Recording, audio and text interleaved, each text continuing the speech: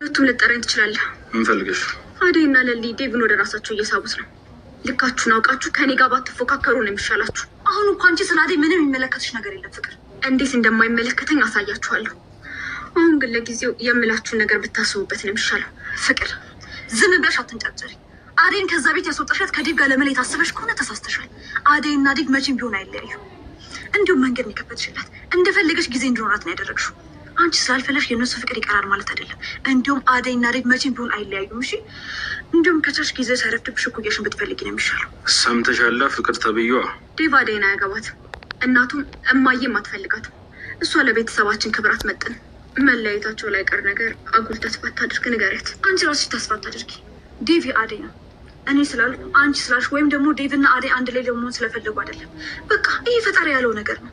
ለምን ሆነ እንዴት ሆነ ብሎ ከኛ ጋር ወከማ መፍጠር መሀይምነት ነው። እሺ ስለዚህ ተረጋግተሽ ለማሰብ ሞክሪ። ሲጀመር የልብ ልብ የሰጠሻት አንቺ ነሽ። የተዳፈረችኝ በአንቺ ምክንያት ነው። ሁለታችሁንም እገላችኋለሁ። እንዲህ እንደተጫወታችሁብኝ አትቀሩ። ተነጋግረን መግባባት የማንችል ከሆነ በአሁን ከቤት ውጭልኝ። ቆይ ትንሽ አታፍሪም? በኤላ ቤት ውጭ ስትይ ማፈሪያ ነሽ። ኤላም ይሄን ባህሪሽን ስለሚያውቅ ነው ጥሎሽ ሄዱ። አንቺ እኮ አላበዛሽም? አንተን አላናገርኩም። ከፊት ዞር በል። ስሚ፣ እስካሁን ዝም ያልኩሽ ለሊና ክብሬ ነው። ሌላ ትርፍ ወሬ ያወራለሁ ካልሽ አይንሽን ነው ማጥፋ። እሺ እባክህ ቁጭ ብለህ ተራን የምጠብቀው የሌሉሽም አንተ ነህ። ፍቅር ምን ነው ዋሽው? እሱም አንድ ቀን ባህሪሽን ሲያቅጥሎሽ ይሄዳል። የቤት ሰራተኛ የነበረች ተራ ገረድን ማን ይፈልጋታል? ዝም በይ።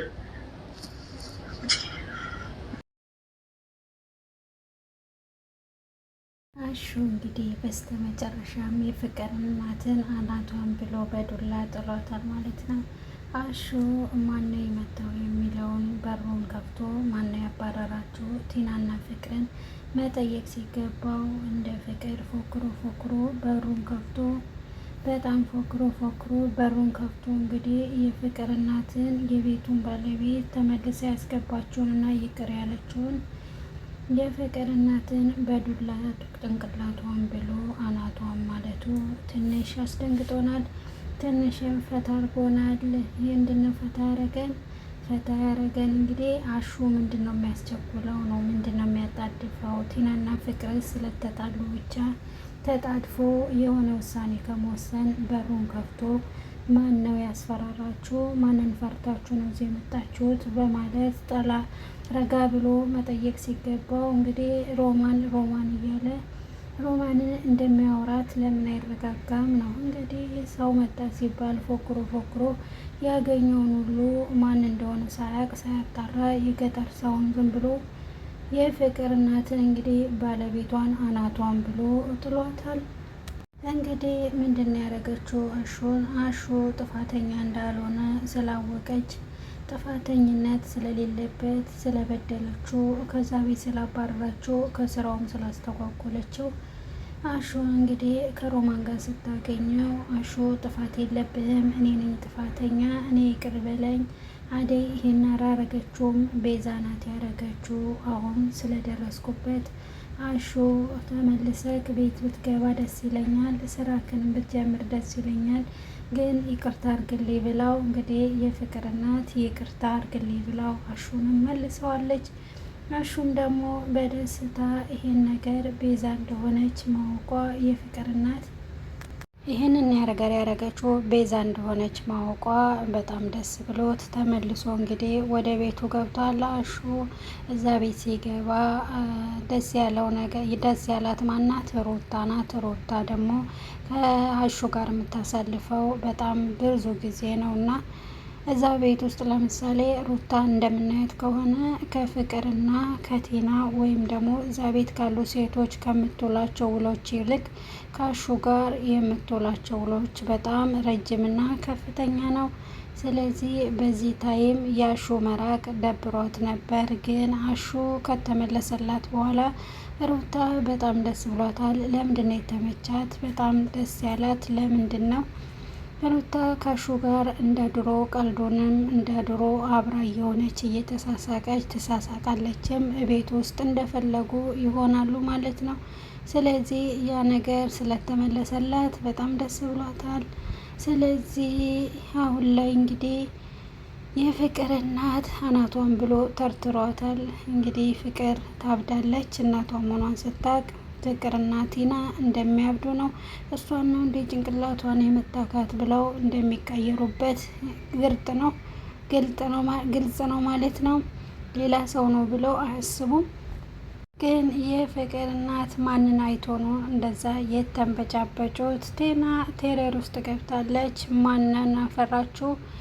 ቴና እንግዲህ ባቡሬን ፈርተዋለች። ፍቅር እንግዲህ በጣም የሚገርም በጣም ትልቅ ንቀት እንዳለባት የምናውቀው በዚህኛው ፎቶ ላይ ከሊሊ ጋር ከቴና ጋር ሄዳ ስለ አደይን ለመምታትና በሰው ቤት አሁንም አደይን ለመጉዳት ታስባለች ማለት ነው። እንግዲህ አደይ እዛ ቤት ከወጣችላት በኋላ ምንም ያገባት ነገር የለም። ገና ለገና አደይ በጉቼ ከዴቭ ጋራ ስለተገናኙ ብቻ ከዴቭ ጋር እንዳላይሽ፣ ከዚህ በኋላ ከዴቭ ጋራ አንድ ቀንም እንዳይሽ አልፈልግም እያለች ፍቅር እንግዲህ ከአደይ ጋር የሚያደርጉትን ነገር ማስቆም ትፈልጋለች። ፍቅርም ደግሞ ህጻናት ምላችሁ ለዚህ ነው። ፍቅር እንግዲህ በጣም ተንኮለኛ ናት። በጣም የሚሏትን ማሰማ በቤት ውስጥ በጣም አስቸግራለች። ለምን ዴቭ ፈልጎ ከፍቅር ጋር ከአደይ ጋር እስከተገናኘ ድረስ ፍቅር የሚያገባት ነገር የለም። ፍቅር እንግዲህ ህጻንነቷ አደይ እንግዲህ ከፍቅር ጋር የምታገኘውን ግንኙነት ፍቅር ጭራሽ አትፈልግም። ልኳን ነግራታለሁ በማለት እንግዲህ ከአደይ ጋራ በሄዱበት ታይም ነው። ቴናም ደግሞ ከፍቅር ጋር አብራ ስትሄድ አደይ ከሊሊ ጋር ነበረች። ስለዚህ ሊሊ ጋር ነበር? ባቡሬ ነበር። ቴና ደግሞ ባቡሬን በጣም ነው የምትፈራው። ትንበጫበጫለች መስልት ገና ስታየው ማለት ነው። ስለዚህ ቴና ከፍቅር ጋር ከሊሊ ጋር አብሮ ሄዱ አደይን ለመስደብ፣ አደይን ለማዋረድ። እንግዲህ የቃል ስድድብ አሁን ካለችበት ታይም በጣም ችግር ሊፈጥሩባት ይፈልጋሉ፣ በተለይ ፍቅር። ስለዚህ ፍቅር እንግዲህ እዛው በመሆኗ ራሱ በጣም እንደምታስጨንቃት ነው አደይም ደግሞ እንኳንም ወታላት እዛም ሆና ለማስጨነቅ የምትመጣ ነቀርሳ ልጅ ሆናለች ማለት ነው። ስለዚህ እንግዲህ አሁን ምንድን ነው የምንማረው እዚህ ላይ ምንድን ነው የምንረዳው? እንግዲህ ፍቅር እዚህ ጋር ቴና ባቡሬን ስታዩ ተንበጫበጨይ ከፍቅር ጋር አብራ ስታሞጋግስና ስታጨበጭብ ቆይታ አብረው የሆነ ነገር በኃይል ማድረግ እንደሚችሉና አደይንም ሊሊንም ልካቸውን ነግረው እንደሚመለሱ አስመስለው ቴና ባቡሬን ስታየው ተንበጫብጫ ስትወጣ ጭራሽ እንግዲህ ፍቅር እኔ አያገባኝም ይሄ ልጅ በጣም ከባድ ነው ብላ ቴና በጣም ተንበጫብጫ ተመልሳ ፍቅርን አሳታት ባቡሬ ፊት ለፊት ሄዳለች ማለት ነው። ስለዚህ ፍቅር ምንም አልመሰላትም። ባቡሬም ደግሞ በራሷ ሙድ ነው ያለችው። ሁሉም ፍቅር እንግዲህ በዴቭ የመጣባትን ሰው በሙሉ በጣም ማንንም የምትሰማው ነገር የለም። ማንንም አትሰማም። ዴቭ የራሷ እስከሆነ ድረስ ማንንም አትሰማም ማለት ነው። ሁሉንም ትጣላለች። መቀራረብ አትፈልግም። ጥቁር ሆነ ግብዳ ሆነ ቀይ ሆነ ሳትል ነው ሁሉንም የምትጠላው። ሁሉንም በመሳደብ ነው እንግዲህ ከመጣባት። ስለዚህ እኔ ግራን የገባኝ እንግዲህ እዚህ ጋር ከተመለሱ በኋላ ፍቅር ለዴቭ ይሄን ያህል ስትሆን ቲና ጠረጠረቻት ማለት ነው። ስለዚህ ቲና ሁለቱ ደግሞ አልተነጋገሩም። ማለትም ፍቅር ዴቭን እንደምታፈቅረው ለቲና የነገረቻት ነገር የለም። ቲናም ደግሞ ዴቭ እንደምታፈቅረው አልተነጋገሩም። ቲና እንግዲህ በአክሽኗ እያሳየቻት ነው። ምክንያቱም ሲጨቃጨቁ እንዳየናቸው ከሆነ ቲና ምንድን ያለቻት ፍቅርን እስኪ ራሽን ሆነሽ እንይሽ፣ እስኪ ራሽን ከጸጉርሽ ከጸጉርሽ እስከ ጥፍርሽ እንዳንቺ ያለ ሴት እንዴት ነው የሚወደው ብላ ዴቭ እንግዲህ እኔ እንደኔ አይነት ያለ ነው የሚወደው በማለት ቲና የጭንቅላት ጨዋታ ፍቅር ላይ የተጫወተችባት ነው ማለት ነው። ስለዚህ ቲና ዴቭን እንደምታወቅ ፈቅረው ዴቭ አውቃለች ማለት ነው ፍቅር። ስለዚህ አሁን ላይ ፍቅርም ካወቀች ቲናም ደግሞ ፍቅርን ደግሞ ዴቭን እንደምትወደው ፍቅር አውቃለች ማለት ነው። ስለዚህ ተነቃቅተዋል ብዬ አስባለሁ። አብሮ መሄዳቸው እንደውም ሁለቱ አደይን ለመስደብ መሄዳቸው ሊሊ ጋር ምን እንደገጠማቸው እንግዲህ ሁለቱ ዴቭን እንደሚወዱት እርስ በርስ መተዋወቅ ጀመሩ ማለት ነው። እንግዲህ ሌላኛው ጉዳይ ደግሞ በጣም የምታሳዝነው በጣም ያሳዘነችኝ እንዳልኳችሁ በቃ ውስጤ የቀረችው ቅምጥሏ ናት። ቅምጥሏ በጣም ተጎድታለች። በምንድን ነው የተጎዳችው?